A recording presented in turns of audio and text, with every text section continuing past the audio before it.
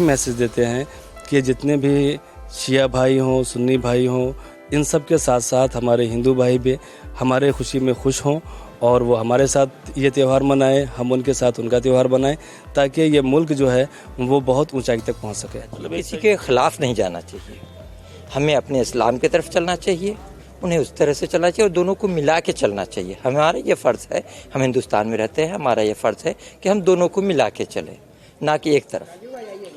पूरे देश में आज ईद मनाई जा रही है। मुजफ्फरपुर के कमरा मोहल्ला स्थित सिया जामा मस्जिद में है।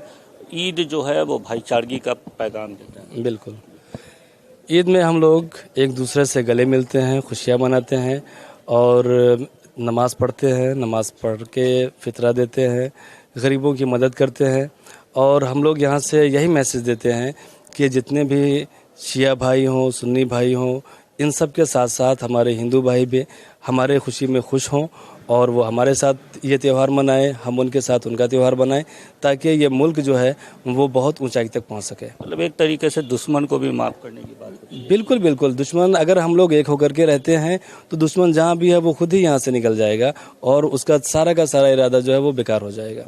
कल पटना में जो अलविदा जुमा की नमाज हुई उसमें योगी मोदी मुर्दाबाद के नारे लगे, साथ ही अतीक अहमद अमर रहे के नारे लगे, तो उसको हम इसकी निंदा करते हैं। ऐसा नहीं होना चाहिए और इस देश में हम लोग रहते हैं तो कानून को मानना होगा और सारे लोगों को इस हिंदुस्तान के कानून पे चलना होगा। जिस प्रकार से अतीक अहमद की हत्या हुई उसको कितना जायज़ या नाजायज़? देखिए, अब ये तो जो कानून है वो कानून बताएगा, इसको हम लोग नहीं बता सकते। आप लोग क्या सोचते हैं? हम लोग ईद मनाते हैं, ईद की खुशी, एक महीना रोज़ा रखा और रखने के बाद जो है सो फिर ईद का मौका आया तो हम उसकी खुशी मनाते हैं। कल जिस प्रकार पटना में हुआ उसको लेके क्या? कल तो हम नहीं थे वहाँ पटना में, हम तो मुजफ्फरपुर में हैं और मुजफ्फरपुर वाले को देख लीजिए आप क्या हैं। सरकार के साथ हम लोग हैं और रहेंगे।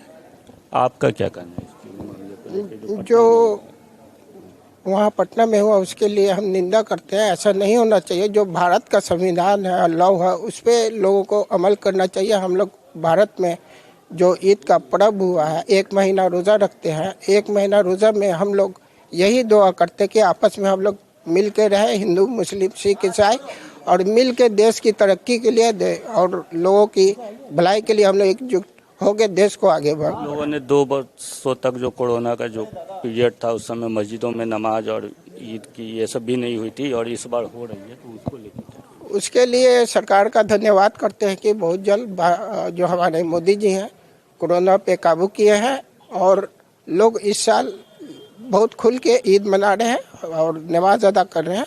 उनका धन्यवाद करते हैं भारत सरकार का। आप क्या कहेंगे, चूँकि फिर से एक बार कोरोना का डर ये डर बन रहा है अगर, तो फिर हम लोगों को सतर्क रहना होगा और जो भी गाइडलाइन अगर जो आता है उसका हम लोग सारे के सारे लोग पालन करें, ताकि ये गाइडलाइन हम लोगों की ही सेफ्टी के लिए दिया जाता है। पटना में जो हुआ उसको और अभी के जो मुजफ्फरपुर की स्थिति है उसको लेके क्या? देखिए, मुजफ्फरपुर में हम लोग रहते हैं और मुजफ्फरपुर के बारे में ही बता सकते हैं कि हम लोग को कानून के हिसाब से ही चलना चाहिए। जो सरकार का कानून है, जो नियम है, उस हिसाब से चलना चाहिए। कहीं ना कहीं इस प्रकार की जो घटना होती है, जो गंगा जमुनी तहजीब की बात होती है, उस पर असर नहीं, उस पर तो कोई ऐसा नहीं करना चाहिए, किसी के ख़िलाफ़ नहीं जाना चाहिए, हमें अपने इस्लाम की तरफ चलना चाहिए, उन्हें उस तरह से चलना चाहिए और दोनों को मिला के चलना चाहिए। हमारा ये फ़र्ज़ है, हम हिंदुस्तान में रहते हैं, हमारा ये फ़र्ज़ है कि हम दोनों को मिला के चलें, ना कि एक तरफ। जैसा कि हमने सुना कि मुजफ्फरपुर के जो शिया मुस्लिम हैं उन्होंने ईद की नमाज के बाद देश की अमन चैन की दुआ मांगी और पटना में जो कल हुआ है उसकी खुले तौर पे मुखालफत की है। मुजफ्फरपुर से एनबीटी के लिए मैं संदीप कुमार।